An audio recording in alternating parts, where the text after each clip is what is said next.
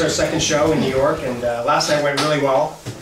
We had a great show. It sounded like you guys had a pretty good show too. Yeah, I mean it was day one again, but it was great. Everything's been wonderful, especially for us.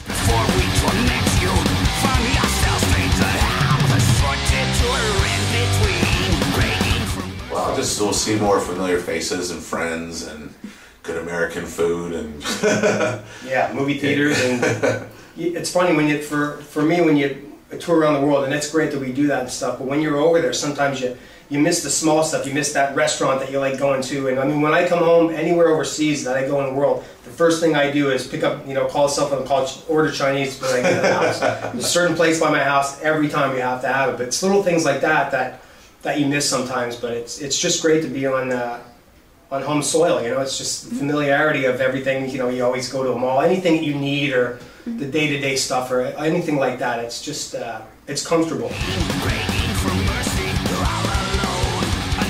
Oh, I don't know this guy. I just met him with the we just met. I don't even know your name. I heard rumors. Eric, your name Eric? Your name's Eric, right? Yeah. You're Glenn, right? I'm Glenn. That's right. I'm Glenn Drover. Yeah. No, I heard about his brother Shawn. I don't know, but I heard he's a jerk, dude. No, we met. I guess we did. I think Dubai was maybe the first time we met. That's the first time. Yeah. I met Glenn and Shawn poolside with Dave.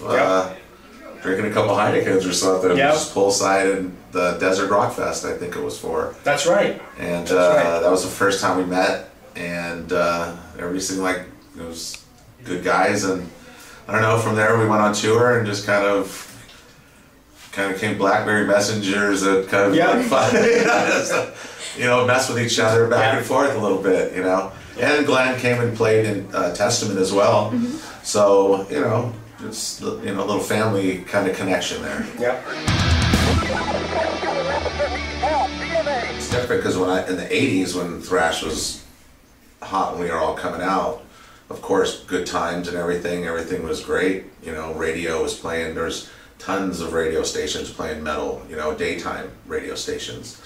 And then the '90s came, and then it kind of all the metal bands kind of just went underground and either, did their thing or either gave it up, and bands like us, fortunately, 2000, there's a lot of new younger bands that started making their name around for metal, which was great, a lot of new upcoming bands, and then here we are 2010, and a band like us, when metal's really healthy, come out and put out a record, and it's kind of all timing, again, it's kind of like full circle, the way it's all took from the 80s, taking some time off and coming back real strong now.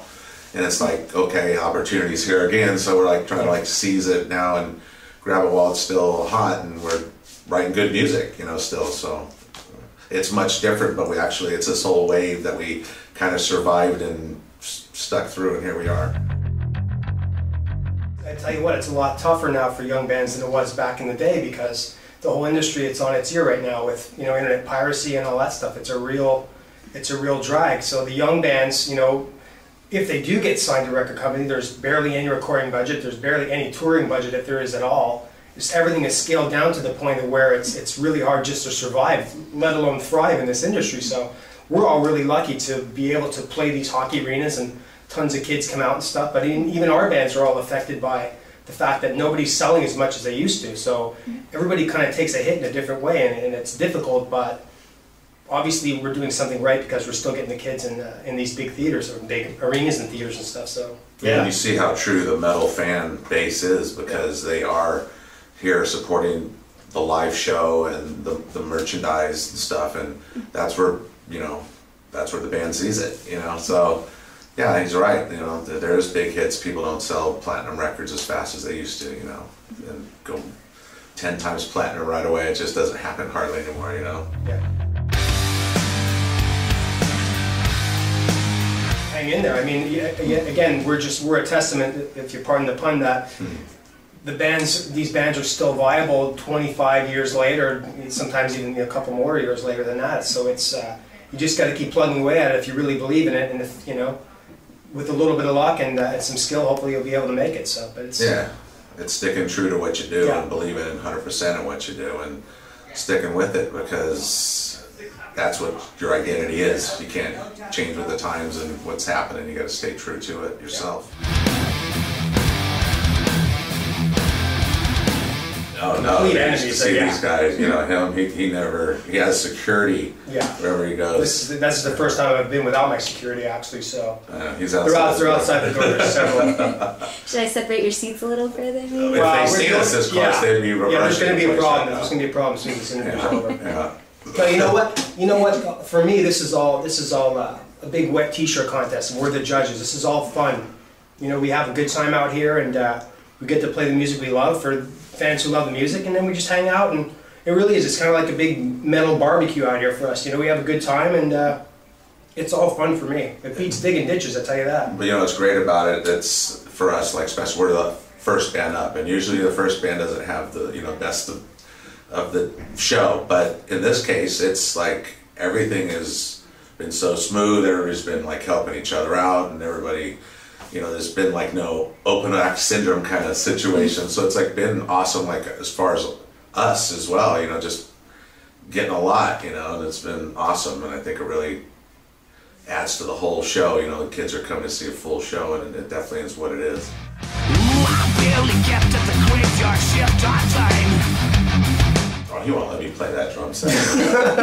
You can play it anytime you want. Really? Absolutely. Okay. Absolutely. Let me sing. You guys heard that. Let me all come up and sing. I'll sing. Oh, absolutely not. Why not? I'll butcher that thing so bad. No, you never know. We've done it before. Yeah, last tour I ran out, sang some backgrounds, you know, just ran out there. And there's kind of an open invitation for us. If you want to come up and sing Peace Sells, you're more than welcome to. So yeah, you never know what's going to happen out here. Slayer guys haven't done that yet. That might be fun to maybe throw something together at some point. I think that'd be a lot of fun, actually. Metal. Part 2's coming. That's right.